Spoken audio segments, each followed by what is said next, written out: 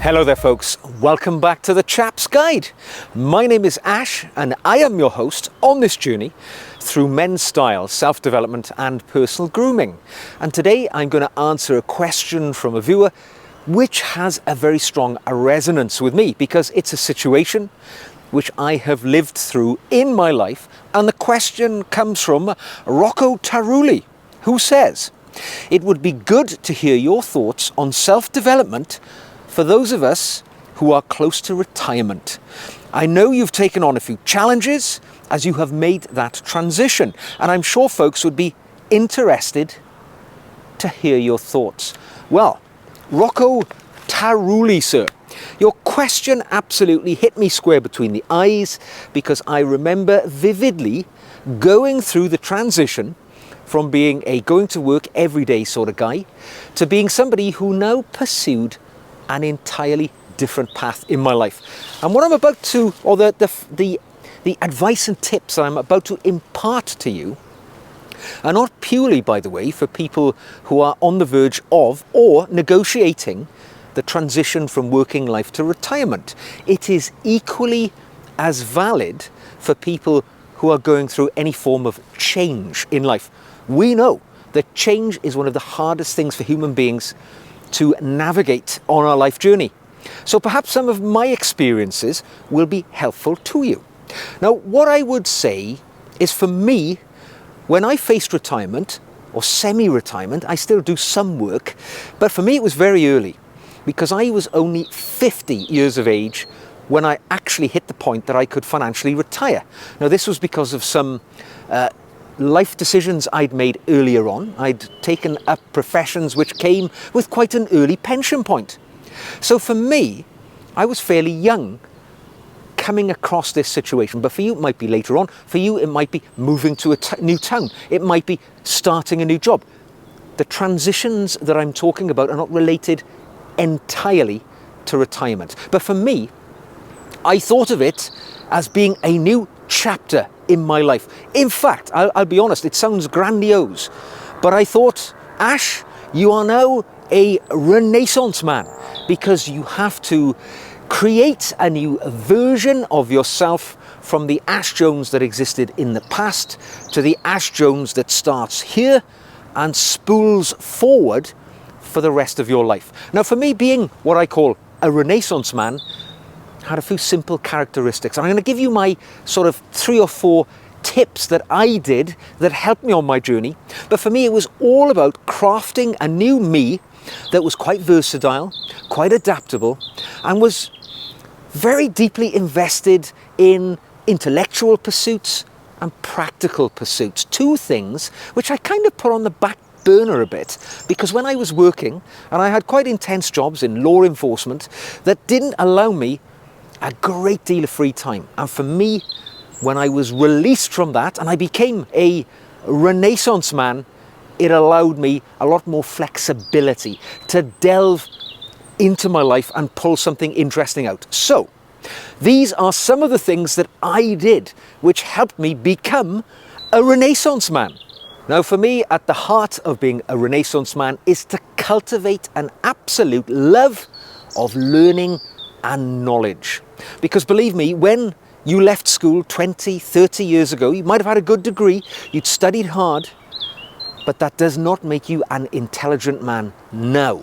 Much deeper into your life, when the subjects of the world have changed and your outlook of life is much broader. So for me, when I undertook the transition into a different phase of my life, my Renaissance phase, I started to deeply embrace knowledge. I use this term, constantly curious.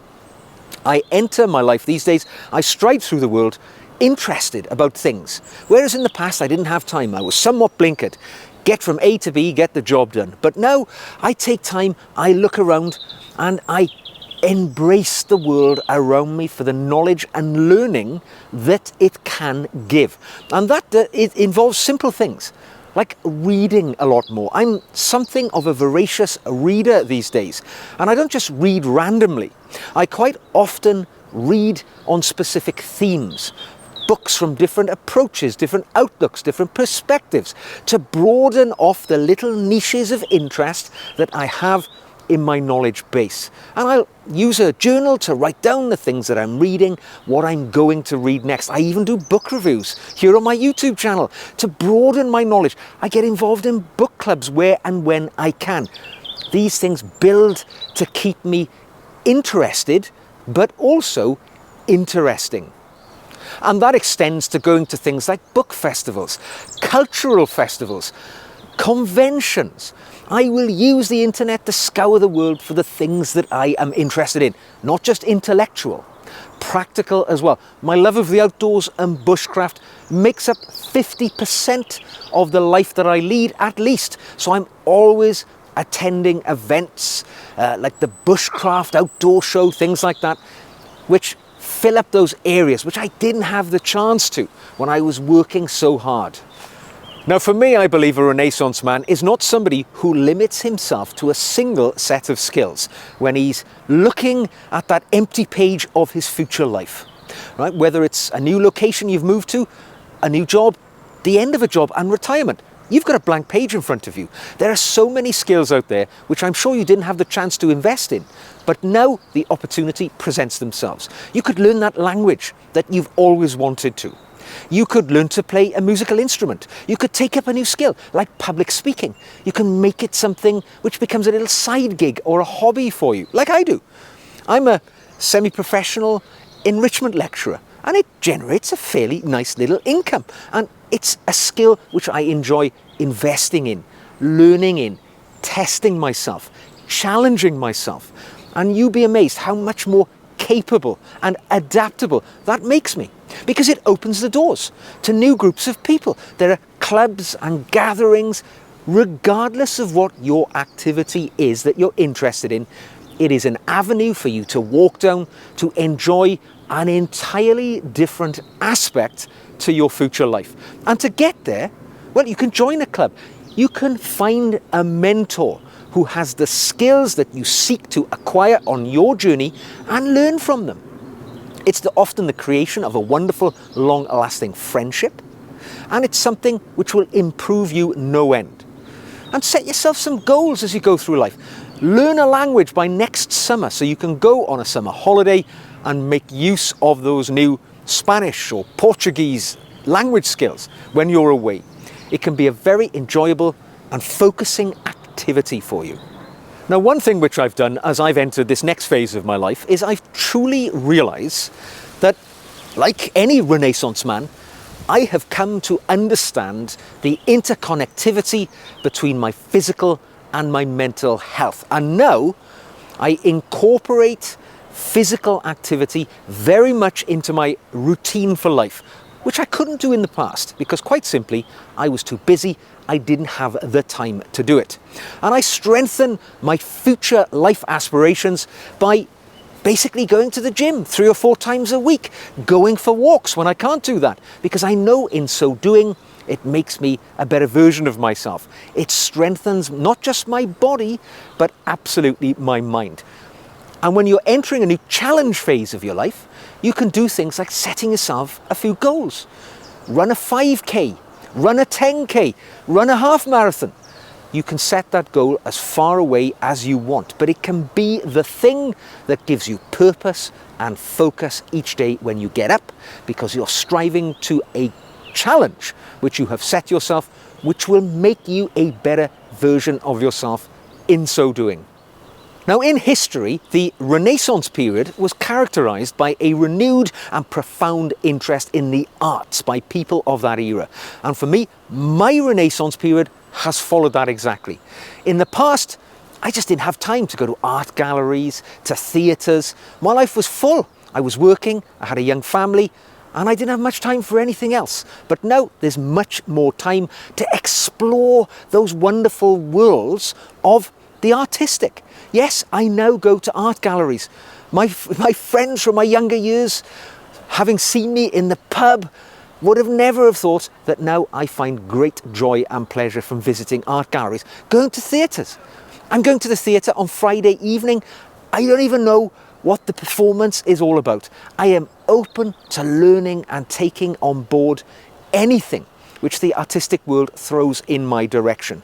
And this has been, as I say, a renewal of my interest in all things artistic. It brings vitality and vigor to your life, to your mind, to your outlook. You will become a more interesting and well-rounded person if you appreciate the arts and the wonderful things that they can offer you. Now, my final tip for you as a new Renaissance man is to find your new purpose in life, because you're going to have to find a new way to engage with the world. Whether you've moved to a new town, or maybe you've left your full-time working life behind you. You've left your job title in the past. Now you're a new blank version of yourself. You need to find a reason for your future existence. I mean, I have heard so many times of people who have retired from work, they lack purpose, their life is unenjoyable, and their lifespan is shortened by having that lack of direction. So look for new ways in which you can find yourself having that reason why you get up out of bed every day and face each new day with interest. Now, it can be any number of things. It can be volunteering, right? You could join a charity as a volunteer. If there's no charities out there which actually meet your criteria, you can start a charity, your own charity. Of course it's possible. It's not beyond you. The world is your oyster. A number of years ago, I started a charity from scratch, and I saw it grow as a labour of love until eventually it became really quite successful, winning the United Nations Public Service Awards. And that was something which took me on a journey I never expected. And you can do it too. You can find your purpose in life by mentoring people.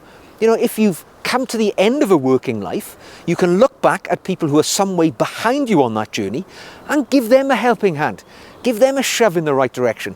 Show them the shortcuts that you found on your life journey so they can make their path through life easier.